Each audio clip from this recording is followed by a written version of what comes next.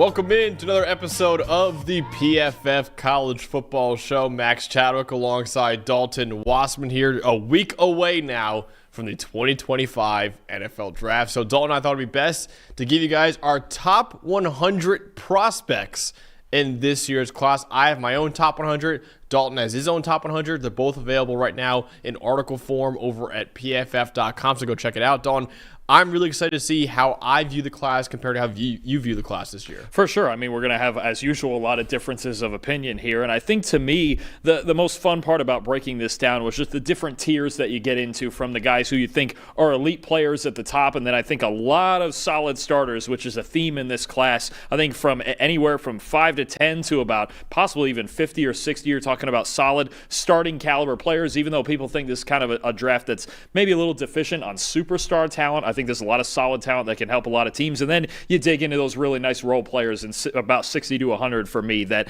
can contribute at the NFL level. Maybe they need a little development, but it's fun to break them into tiers and figure out how to order them here. Absolutely. Yeah, so like I said before, all of this is available over at pff.com, and a PFF Plus subscription is available at pff.com, where you get access to our full big board, all of our analysis for all the top prospects, our 2025 NFL Draft Guide, and of course the beautiful PFF Mock Draft Simulator, the best mock draft simulator in the industry. Kyler Murray even admitted he uses the PFF Mock Draft Simulator a lot as well. So go check it out at pff.com with a PFF Plus subscription, and all the stats and advanced statistics that you can think of for every prospect in this year's draft. It's available with a PFF Plus subscription as well. All right, Don, which one you want to go over first, mine or your top 100 list? I could go first if you want. All right, if you feel like criticizing me first, we can do that. I know that's your favorite thing to do. That's my favorite thing to do. Absolutely. So let's go over. Let's start with your top 25 players. We'll talk about your top 25 there. Who are your top 25 players in the draft? For sure. I'll kind of break this up a little bit just as far as the tiers I was talking about. 1 through 4 there, I think those are clearly the 4 best football players in the draft. I have Travis Hunter, Abdul Carter, Ashton Jeanty, Mason Graham. I think those 4 guys to me are in their own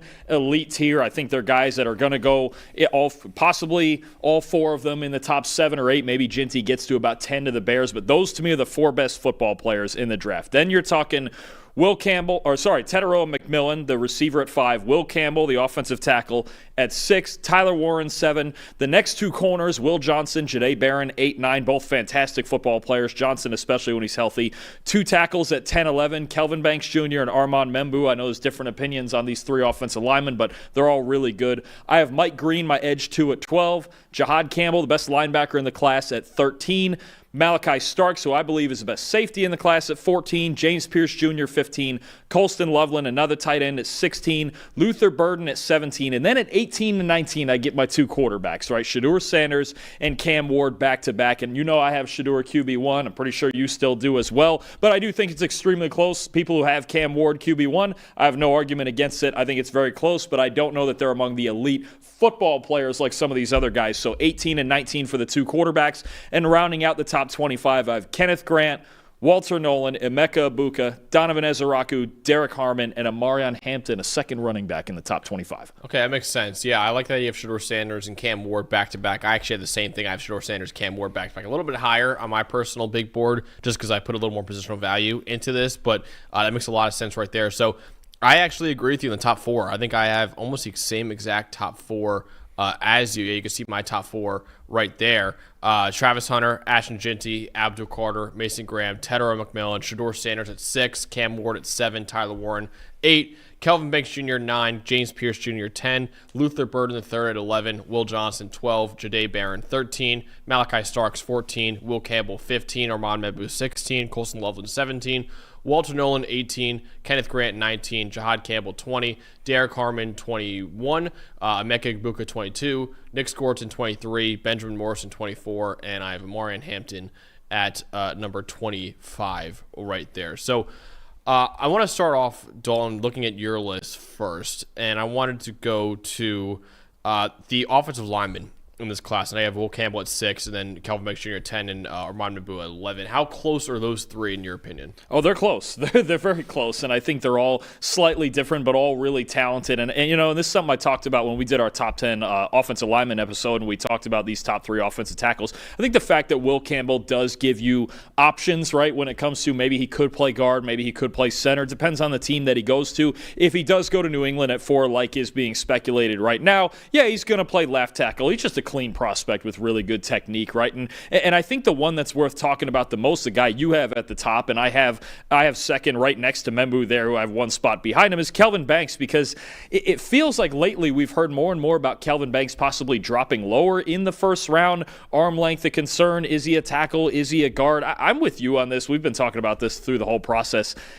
I think he's a left tackle, right? I think he hasn't proven anything to us at Texas that says he can't be a left tackle, especially in one of these outside zone schemes. I know Campbell and Membou are 2 guys that Trevor has talked about for the San Francisco 49ers at 11, but I see no reason, Banks couldn't be on that list also, or if the Dolphins wanted him at 13. I think those are the 3 elite offensive linemen in this class, right? And I think Banks is very much in that group. No matter what order you put them in, that's the top 3 to me, and it's pretty clear that Banks should be inside that group. I think that's the one discrepancy that maybe we have from a lot of other scouts right now, is that they're a little lower on Banks, thinking maybe he's behind Josh Simmons, maybe he's a guy who's going to go in the 20s, but he's really darn good. I think you could put any of the 3 of them in any order, and I wouldn't argue too much, but that's the way I have it there, but it's very close. I actually have Banks a step above both those guys right now. I have Banks number 9 overall, and then I have Campbell and Membou at 15 and 16. So all 3 of them are top 20 players for me, but I do think Banks for me was pretty clearly OT1 for me. I know it's kind of a hot take considering Banks is pretty clearly OT3 at least for most people, with Will Campbell or Armand Membou as top 10 prospects. Kelvin Banks Jr.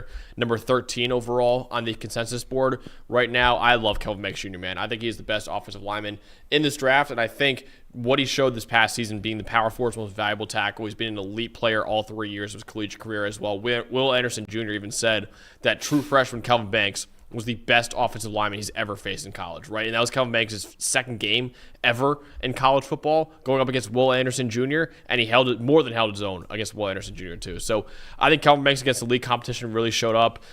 That's why he's my number 1 tackle in this class. And I think Will Campbell, it's, not a lot of people talk about this. I think he had kind of a little bit of a down year this past year. There's times where, elite defensive lines like South Carolina really got the better of him. Kelvin Banks Jr. against elite defensive lines was dominant still. So that's why I have Kelvin Banks Jr. as my number 1 tackle in this class as well. Anything else stand out to you, Dalton, in the top 25? 2 things. I think, and I get where you're going with the difference in positional value with the 2 quarterbacks. You had them 6-7. I have them 18-19. I kind of just went with the neutral part of, okay, these aren't the 2 most elite quarterbacks we've ever seen. It's not like the top 3 guys that we saw go last year that would arguably be in the top 5 of this year's board as well, right? When you talk about Caleb Williams, Jaden Daniels, Drake May, I think we can all agree it's certainly not the quarterback class that we had, I should say, last year or something like 2020 with Burrow and Herbert and those guys, right? So it's a little bit different. I wanted to represent that on my board with just a lot of the players that I have above them. I think actually pretty much every player that I have above those 2 guys at 18 and 19, I would say those are the guys that have star potential. There's a couple more mixed in here a little bit lower, but I think that's really the group that I wanted. Those guys have the star potential, and then I'll get to the quarterbacks, and then we'll kind of use them almost as this line of demarcation. The last thing, both of us have an Amarion Hampton there at 25. We think he's going first round, huh? I think he's going first round. Yeah, he's number 22 on the consensus board right now. So I do think Amarion Hampton is going in the first round. The other one thing I wanted to touch on, you had him a little bit lower, so we'll talk about him in the next one we get to. But that wraps up the top 25 for both of our big boards, again available at pff.com. Let's get to 26 through 50 now. Why don't you read off your 26 through 50, Dalton? This is really a group of guys that I think you have a long list of solid starting caliber players here. I'll start it with 26. Josh Connerly. I think, look, a lot of people have Josh Simmons ahead of him. I have him 1 spot ahead of Simmons in my offensive tackle rankings. I'll get to him in a minute. Matthew Golden, the hot wide receiver prospect at 27. Ben Morrison, who you had at 24, I have at 28. If he's healthy, he would be worth the first-round pick. We just don't know completely if he's healthy. Jack Sawyer, a guy we're both very high on at 29, right next to Mykel Williams at 30. 31, Jalen Walker, his Georgia teammate. 32, 32, that's where I have Josh Simmons set up. I view him as more of a borderline first-round pick than a solid top 15 to 18 one like some people have. Xavier Watts at 33, Nick Skorton 34, Trey Amos, the corner from Ole Miss at 35, Shamar Stewart, who I know blew up the combine and has got all the athletic tools in the world. I have him at 36. I see him as more of a late first, early second round guy. Exactly at 36. Too. Do you also? Yeah. Okay, I hadn't dug through your whole top 100, but Shamar Stewart at 36, Jaden Higgins at 37. He's really been a riser for me. Even he's moved up to, I think, wide receiver 6 for me at this point. The more I was watching him, Princely Umanmielen at 38, Kevin Winston Jr. I think is one of the big sleepers who could go later than this. I have him at 39. Donovan Jackson from Ohio State at 40, Siobhan Revelle 41, T.J. Sanders and Darius Alexander back-to-back D tackles at 42 and 43. Demetrius Knight Jr. at 44, Alec Iamaner, the receiver, at 45, Tyler Booker at 46, still some thoughts that he could go first round, Jack Besh, 47, the receiver from TCU, Gray Zabel, Ariante Ursary, and Maxwell Hairston round out the top 50. All right, let me go through my 26 through 50 now. I also have Jack Sawyer as a first-round prospect, number 26 overall. Donovan as a rocker right behind him, 27. Mike Green at 28. You can see I see all three of those edges very, very close together. Trey Amos I have at number 29. I have Nicky Manwari at 30, the really athletic safety out of South Carolina. Josh Connolly Jr., 31. Matthew Golden, 32. Kevin Winston Jr., 33. Jaden Higgins, 34. Jackson Dart, 35. Shamar Stewart, 36. Darian Porter Jr., 37. Wyatt Milam, 38. Josh Simmons, 39. Azaria Thomas at 40. Andrew Makuba at 41. Jalen Walker, 42. Michael Williams, 43. Xavier Watts, 44. Savon Revelle at 45. Quinshawn Judkins, 46. Alec Iamaner, 47. Cam Scadaboo, 48. Jack Besh, 49.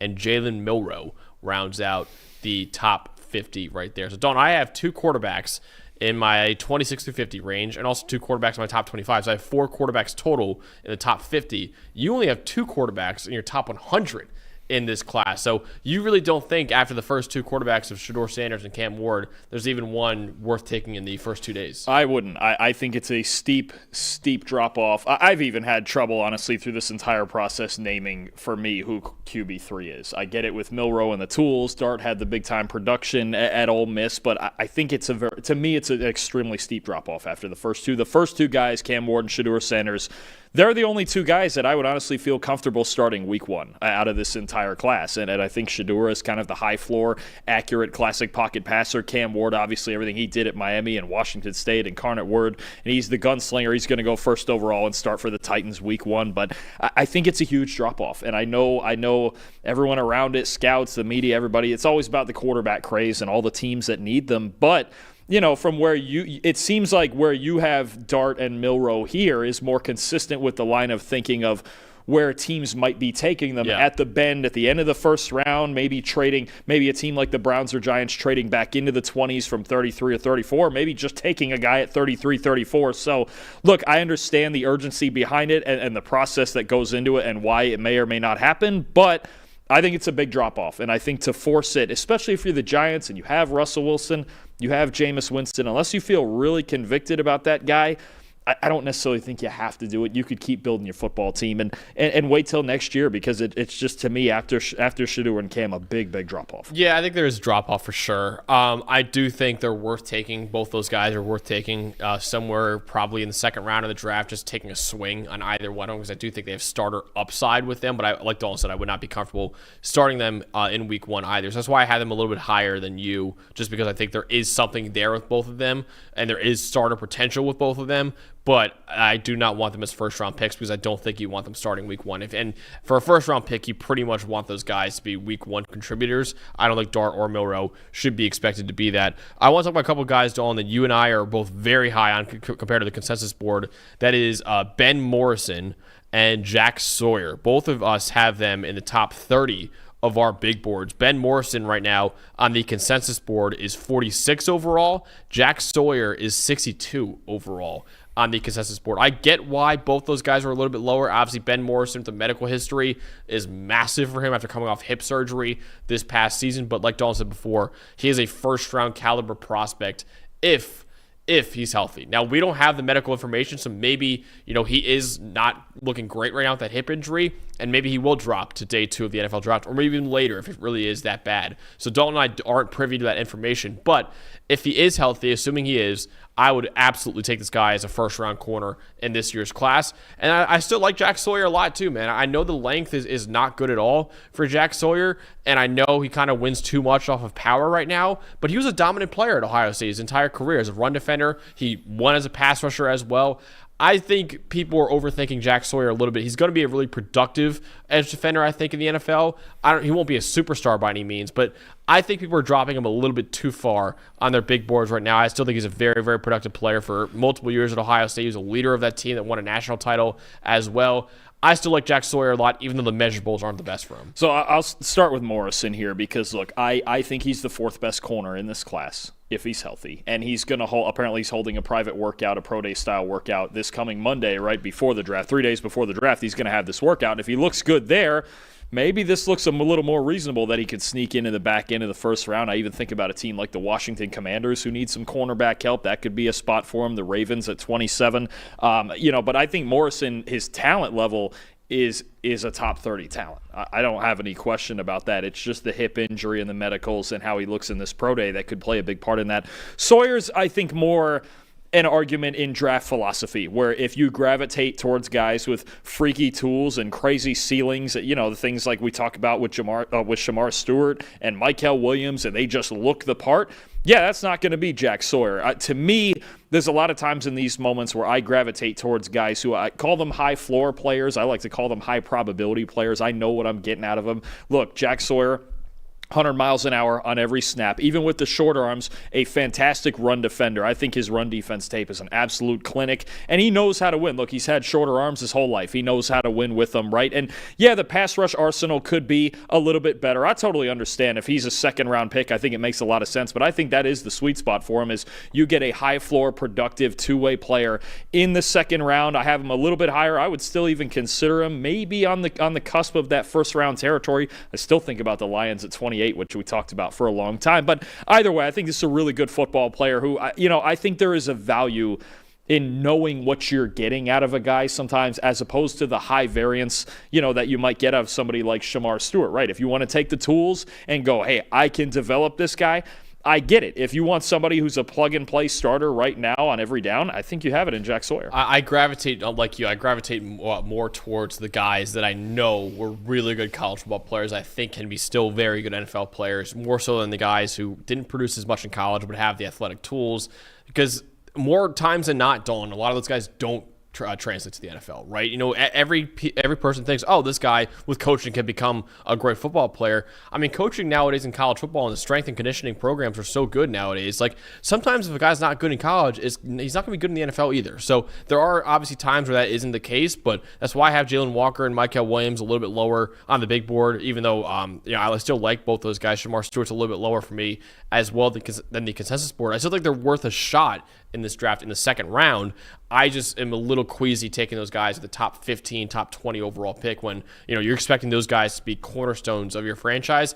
I don't know if I expect any of those three guys to be cornerstones of the franchise. And I like Jack Sawyer's production. I think he's got a high floor. Maybe the ceiling is definitely not as high as Shamar Stewart or Mykel Williams or maybe even a Jalen Walker, but I think the floor is higher than all three of those guys. So why I have Jack Sawyer a little bit higher as well. All right, that wraps up the top 50 for us in this draft. I think another guy that kind of fits the same philosophy as Ben Morrison for both of us was Kevin Winston Jr., the safety out of Penn State. He also comes off a partially torn ACL, but I have him 33 overall on my big board. I think this guy's a borderline first-round talent if he's fully healthy, which I think he is now. He's only a partially torn ACL for Kevin Winston Jr., so still a big fan of him. Dalton has him at 39 overall, so both of us have him as top 40 players in the draft. He's probably going to go a lot lower than that on draft. He's number 87 on the consensus board right now. So anyone who's getting him is going to get a steal in the probably third round. If you get him in the third, it's an absolute steal. And I think even the back end of the second, I look at several teams. I think about the Buffalo Bills. I think about the Eagles at 64. I even think about a team in the 40s that Trevor brought up this morning on the NFL show, the Atlanta Falcons. You imagine Kevin Winston Jr. with Jesse Bates there in Atlanta. I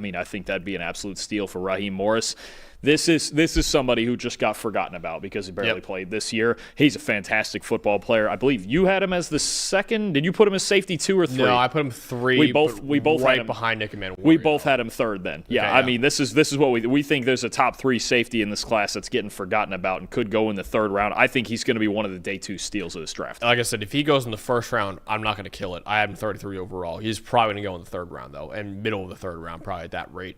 As well. So I love Kevin Winston Jr. He's one of the biggest sleepers, if you want to call him that, in this year's draft, even though he should be a 3rd-round pick. All right, Dalton, let's get to your 51 through 75 now. Who are those players? Sure thing. Carson Schlesinger leads it off at 51, the linebacker from UCLA. 2 edge defenders right after him, Braden Swinson and Landon Jackson, 52-53. RB3 for me, Cam Scattaboo at 54. I think deserving maybe of a late 2nd, early 3rd-round pick. Another back right behind him, Caleb Johnson at 55. Darian Porter, the corner, at 56. Alfred Collins and Tyleek Williams at 57, 58. 2 run stoppers. 2 more running backs here. Quinshon Judkins first, and then Travion Henderson at 59, 60. The backfield pair from Ohio State. Andrew Makuba, 61. JT Tuimoloau, another Ohio State player at 62. What a team. Ozzie Trapilo, the right tackle from Boston College, 63. I have Nicky Manwari a little bit lower than you. I have him at 64. Omar Norman Lott, 65. My guy Xavier Restrepo. I moved down a little bit, but I still have him at 66. Dylan Sampson, another running back at 67. Mason Taylor, 68. Wyatt Milam, 69. Jared Wilson from Georgia at 70. Another running back, R.J. Harvey at 71. And I round things out with Tate Ratledge, Oronde Gadsden, which is one that might get me in some hot water a little bit, right next to Elijah Arroyo, 73 and 74.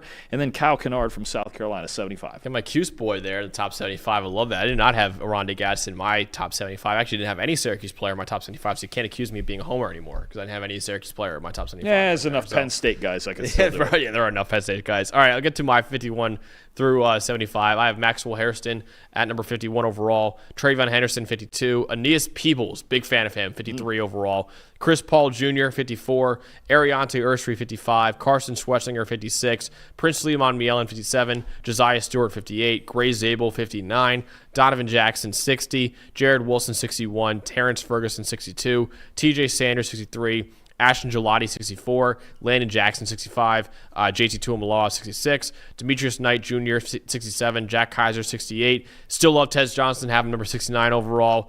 Tyler Booker at 70. Marcus Mbow, 71. Harold Fenton Jr., 72. Tate Ratledge, 73. Elijah Arroyo, 74. And Malachi Moore, one of the biggest sleepers for me in this class, is number 75 overall. Anything stand out to you from my 51 through 75? Well, I just noticed we have Arroyo in the same exact spot at 74 there. No, I think for me, with this tier there's a cutoff here. I think it was funny, I didn't do this intentionally, but right at number 64 there with Eman Wari was my cutoff from the solid starter group, which happens to be a clean cutoff at 64 with 2 rounds of the draft, and then getting into role players or developmental guys for the most part. Jared Wilson might be an exception to that. I really like him a lot. I just think that's kind of the range where he's going to end up getting to anyway. I think he's a guy that could be a starting center day one. But the big thing for me in this range now is when you really get into the meat of this running back class. And I think you talk about Judkins, Henderson, Scattaboo, Johnson, Harvey.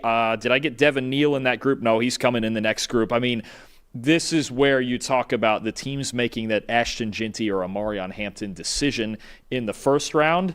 Maybe they lean away from it because I just named off a whole bunch of talented guys that are going to be there in the rest of the top 100 that can be starting caliber backs right away. Depending on your system, it could be Caleb Johnson in his own scheme. It could be Cam Scattaboo in a gap scheme, getting downhill. Quinshon, Travion Henderson. I think I'm so amazed with the depth of talent. We knew this was coming for a year with all the guys that came back to college football last year, but man, oh man, if you need a running back, even if you don't think you need a running back, take a running back this year because there's all sorts of different types of guys. There's receivers, there's power backs, there's speed backs. It's just everything you could ask for in a running back class. And I mean, that's just where I'm at with it. Even if you don't think you need one, take one. There's just so many talented guys, and if you need a starting back, you can find one on day 2, no problem. No, this is one of the best running back classes I can remember, honestly. I think there were a ton of guys in this class that could be really, really good NFL professionals. And actually, in the latest Stock Exchange episode, they did a mailbag episode, Dalton. So go check it out on the NFL Stock Exchange channel with Trevor Sickman and Connor Rogers are the best. Connor, they actually got a question saying, how many running backs in this draft do you feel comfortable as your starting running back next year? Connor said 14. I don't think it's 14, but it is a lot. So it just shows, like, if Connor Rogers is one of the best draft analysts in the industry, he thinks almost half the starting running backs in the NFL could be from this draft class. That's how good of a draft class it is. I don't think it's that many players. Trevor thought that was a lot of players as well, but it just shows how good of a class it is that Connor thought there was 14 guys he'd be comfortable with giving the first carry of the season to. I'm counting it up now. I would say 10 and maybe 12. There's a couple more I'd be borderline on, but I would say that's still like a third of the league, though. Yeah, I would legitimately say, like, if you're talking, I know they wouldn't be getting the volume of necessarily a Saquon or be out there every single down like Josh Jacobs or something like that. But I mean, when you're talking about a starter, a guy who could take at least the lion's share of it, I would say right now it's at least 10. I'd probably say 8.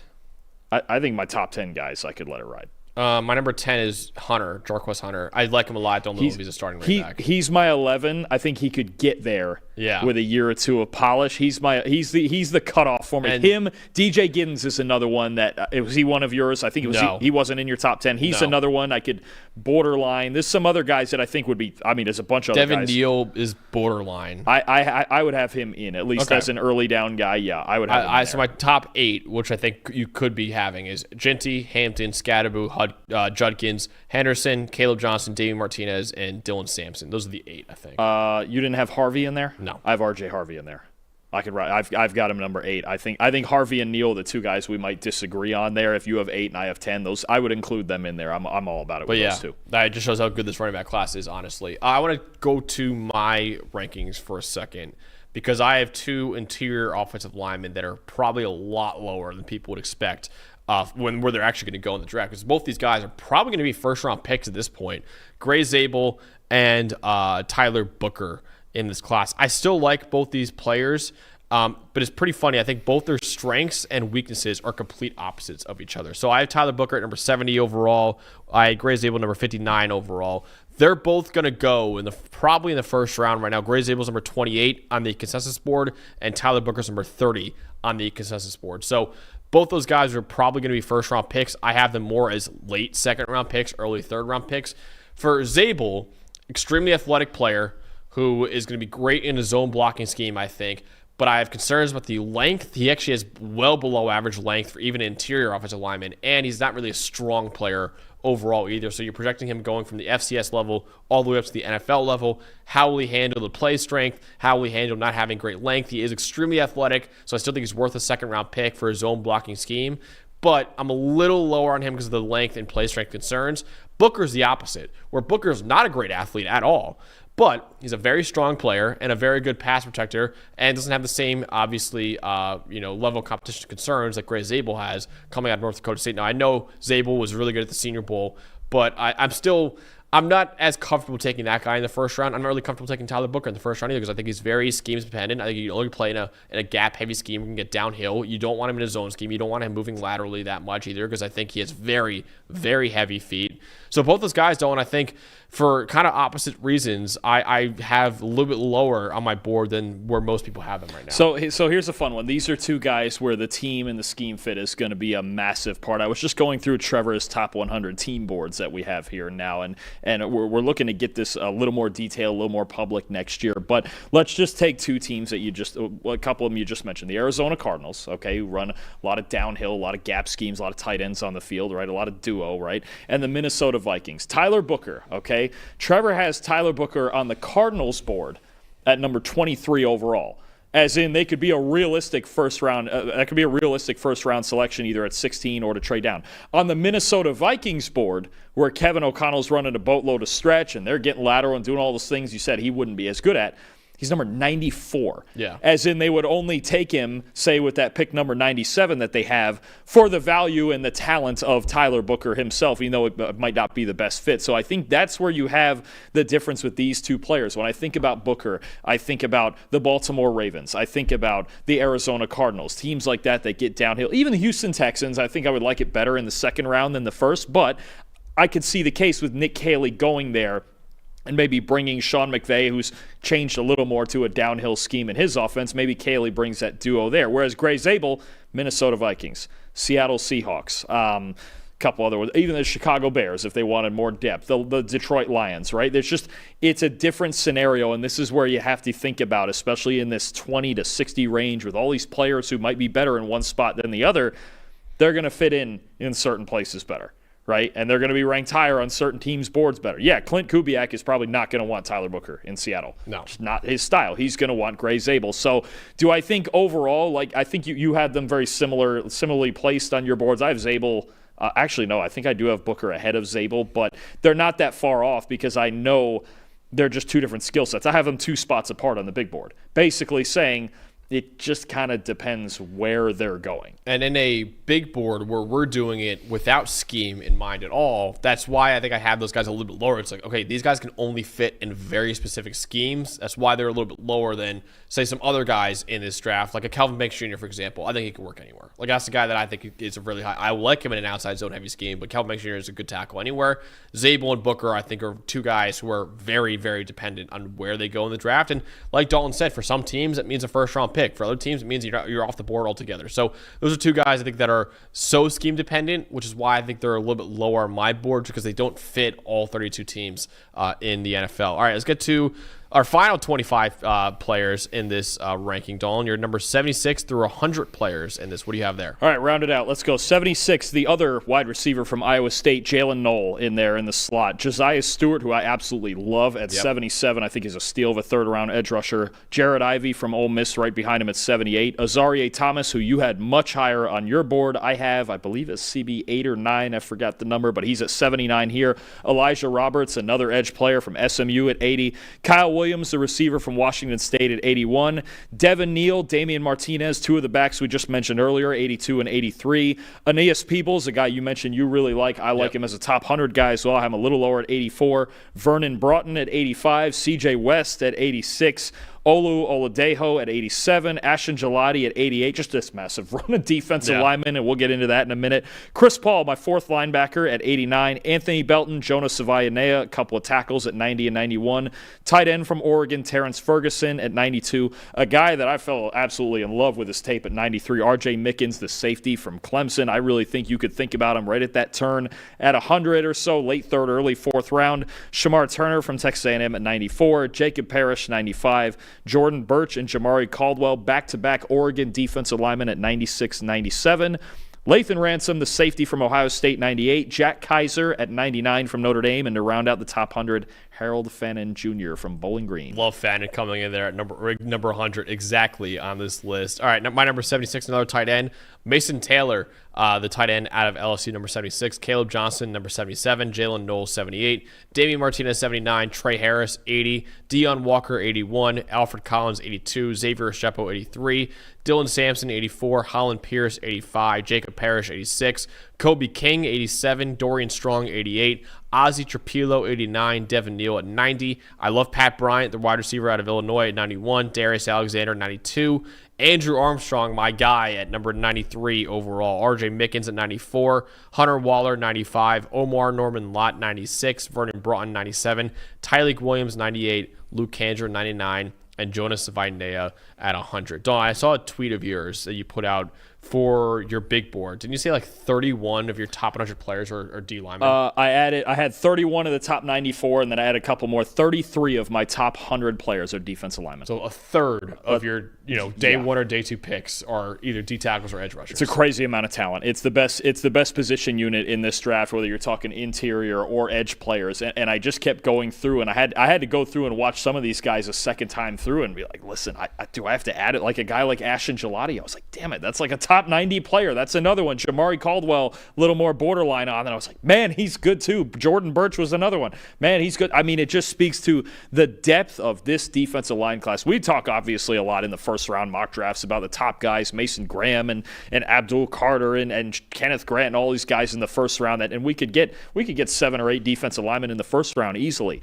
A third of my top 100 is defensive lineman. That's how deep this class is. I think the two positions that I continue to be blown away by are defensive line and running back. I had 10 running backs in the top 100. I almost considered my 11th and 12th guys, Jarquez Hunter and DJ Giddens. We can have that conversation too in a minute, but the sheer talent and depth. If you need defensive line help, if you want to copy the Eagles model and win in the trenches on the defensive side especially, this is your year to do it. I would say the same thing as I said before for running backs. Even if you don't think you need them, take them, because there's going to be awesome players in the 3rd and 4th and 5th rounds even among this defensive line class, man. It's just an insane level of talent, both off the edge and on the inside. We have a couple questions in the chat right now from AP saying Malachi Moore is not in the PFF top 100. Trevor is a little bit lower on Malachi Moore. I have Malachi Moore in my top 100. I said it before. Where did I have him overall? I had him at number 75 overall on my big board. I'm a huge fan of Malachi Moore. I think this guy is one of the more versatile defensive backs that we have in this draft. He could play in the free safety, at slot, could even play a little bit in the box if you want him to too. Excellent awareness as well, good instincts, good ball tracking ability, very willing run defender. Not the best athlete overall, doesn't really have great size either, but he has been an extremely productive player at Alabama for 5 years, I believe, in his career. Nick Saban started that guy as a true freshman at slot corner. I love Malachi Moore. I think he's one of the more underrated players in this year's draft. I think he's a very versatile player. He's a very high IQ player as well. Even though he lacks the athleticism, lacks top-end physical traits, still think Malachi Moore could be a very productive player. So I still like Malachi Moore a lot, AP, and I think he's worth a day 2 selection in the draft. Yeah. I mean, I have the same thing where with RJ Mickens, where this is my safety 6. This is the guy I might stump for earlier than consensus. I think consensus right now has them both as roughly 6th-round picks. I think it is somewhere. Let me look right now. 180s or so. Find 202 for RJ Mickens. 202 That's for like almost a 7th-round pick. If I ever got RJ Mickens at 202, I'm throwing confetti. I mean, I'm telling you. Malachi Moore 138, by the way. Both of them, I would think they're probably going to go. Well, they might go later, but I would really consider both of them in that early 4th to maybe early 5th range. I mean, I have them here as top 100 guys. I might stump for them. If I was on the very back end of the top 100, I might take Mickens. For me, I know for you, that's Malachi Moore. Really good player. And, he was a guy I brought up during, this morning, Trevor and I were doing ideal draft hauls, a day 1, a day 2, and day 3 guy for every team. And I had Malachi Moore as the day 3 guy, probably early 4th, 5th round for the Buffalo Bills. And I think what you want to avoid with Moore is just putting him in too many of those single high situations. He's not really going to be that center fielder, say like a Xavier Watts or somebody like that for you. But in a defense like that runs a lot of too high, he's just a surefire, well-taught player, playing under Nick Saban, obviously, for all that time, just knows what he's doing, right? I think that's the value of Malachi Moore. And even if he's a backup that can come in for 20 to 30 snaps a game and also playing a lot of special teams for you, I think a player like that is always valuable to have in your secondary, a versatile player that just knows what he's doing at all times. We have a Rutgers fan in the chat. Love it, from Howie R. Bears. Howie, I'm actually from New Jersey. I grew up about 40-ish minutes away from Rutgers. I grew up in Monroe, New Jersey, and Rutgers over there in New Brunswick. Love going to Rutgers. Went to a lot of games as a kid, so very, very fun place there. He's asking about how many guys from Rutgers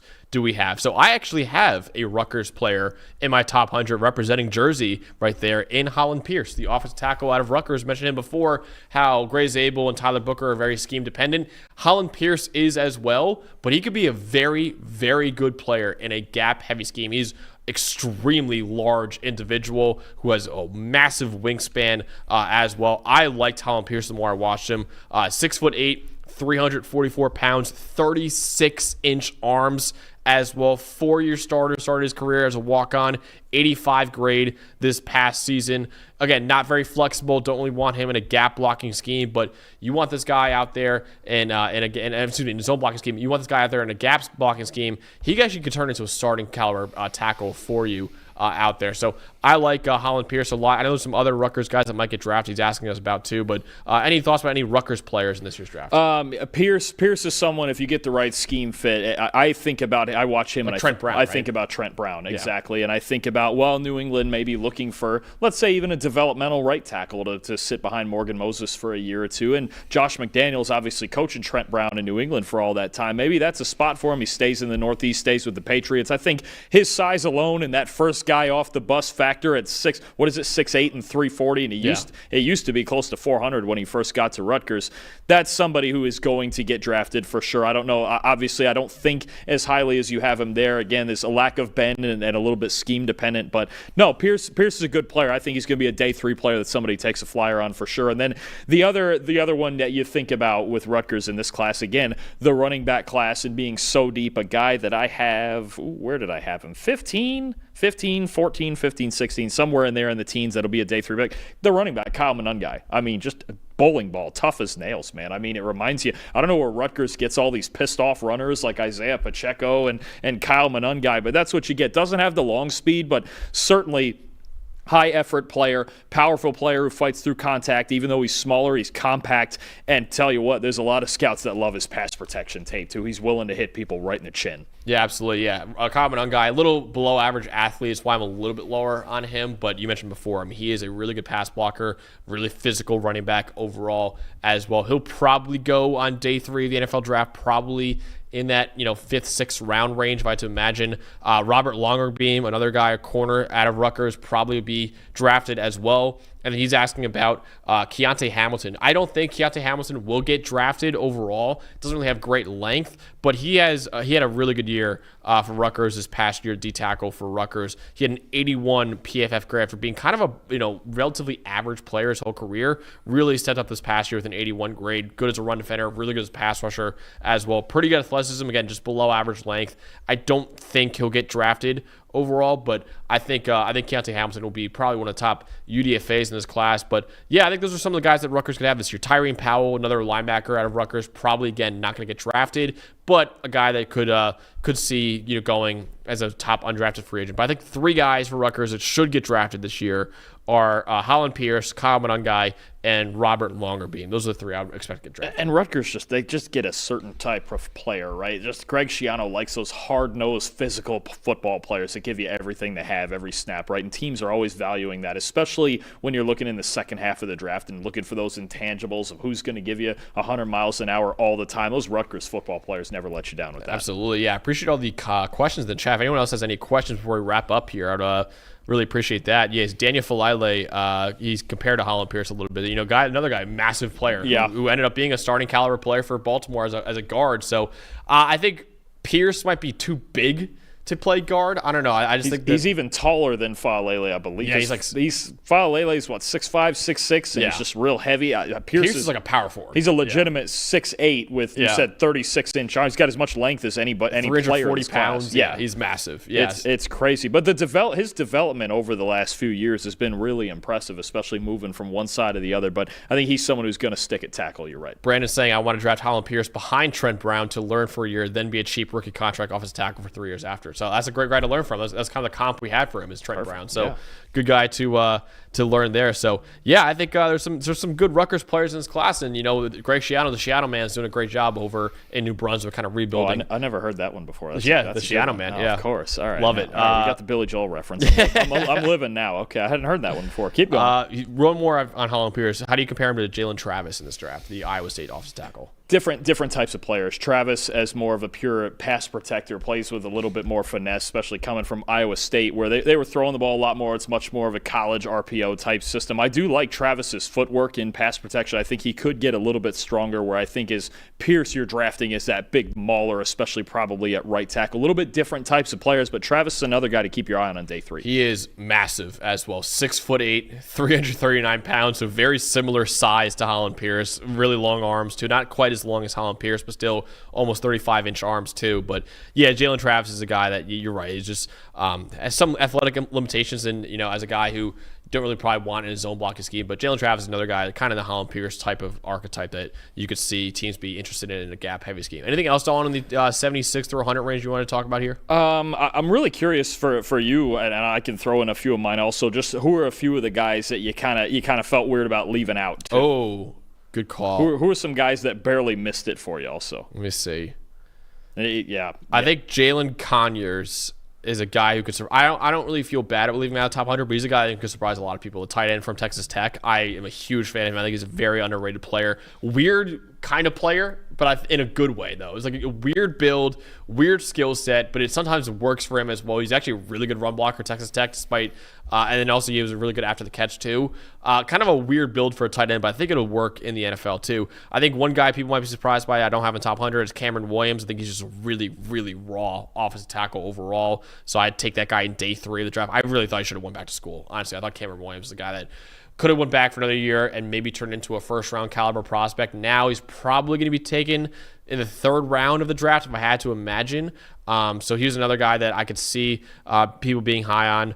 I'm trying to think of who else would be in there that I just didn't have, that couldn't fit in there. But, yeah, I think overall, I got most of the guys I wanted to get in my top 100 in there. But I think there's some guys for sure that I just, I still really like in this draft that are going to get good values in day 3. I'll say 2 guys that were very close, and I believe I did leave them out, were 2 defensive tackles. One of them's been a really hot name. Josh Farmer and Jordan Phillips, one the first from Florida State, the other from Maryland, were 2 guys that I had considered for those last handful of spots. I went with Caldwell instead. This easily could have been 35, 36, 37 defensive linemen, which is just, again, a crazy level of talent here.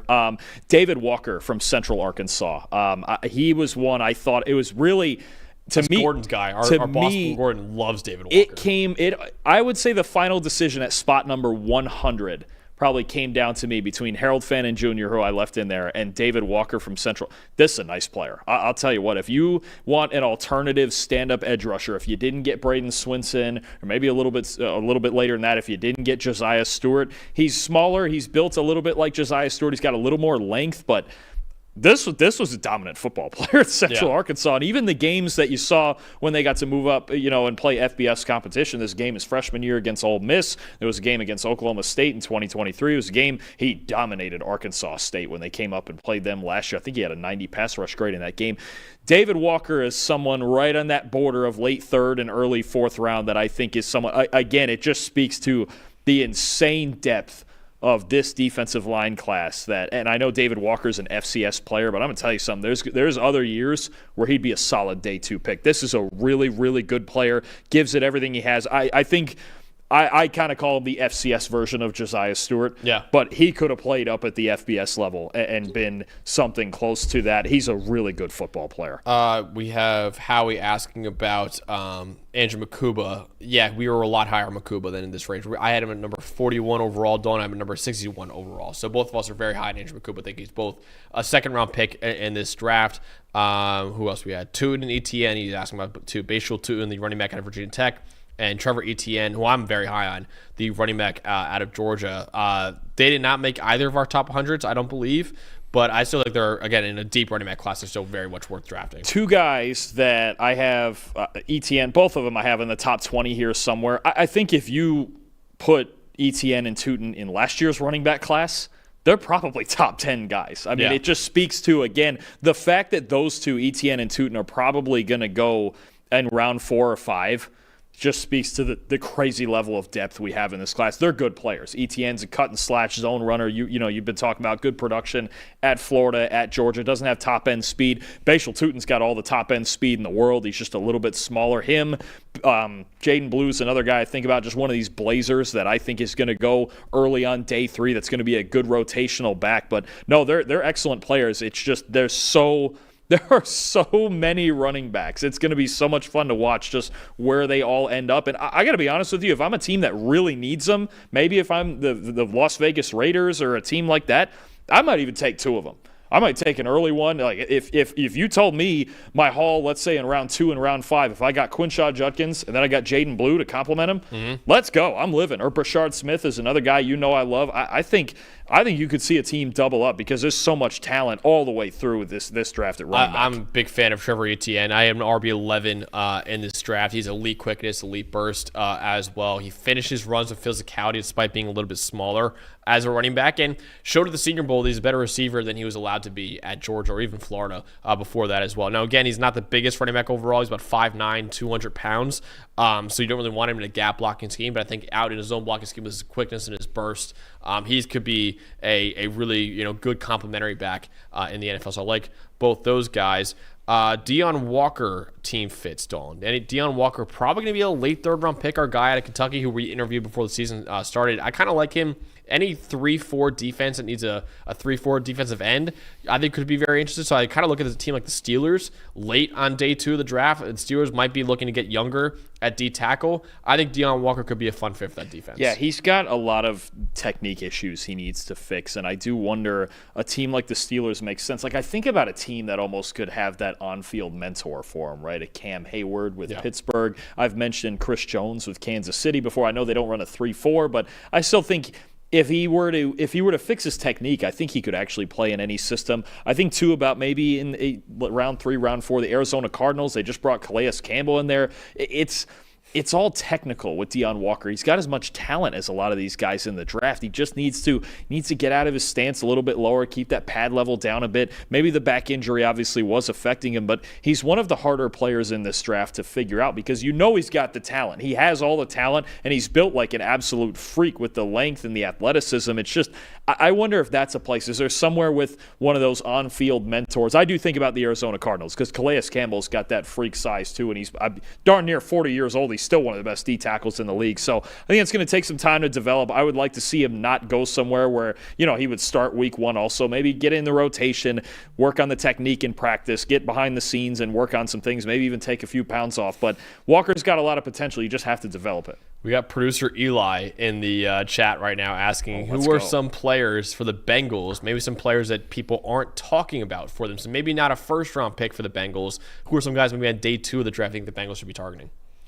Jack Kaiser, Ben Morrison, Howard Cross, Riley Mills, just all okay. Not all Al Golden's guys. I actually do think Jack Kaiser is the one very realistic target. Either I don't know if he would start right away for you, but at the very least, a really good depth linebacker to have that I do think Al Golden would be looking into. But no, I think this is another one where I think the Bengals, depending on how he wants to run this defense, if it's a lot of 4-man fronts, and we'll see which types of players we're talking about on this defensive line. But I think that's a team that really needs to dig into this defensive line class. We've talked about it a lot in the first round, but let's say they come out with somebody like Jahad Campbell in the first round instead at linebacker. Okay, you're still looking at the depth of this defensive line class. I think a second-round pick, maybe we're underrating for the Bengals. A Landon Jackson from Arkansas. Yep.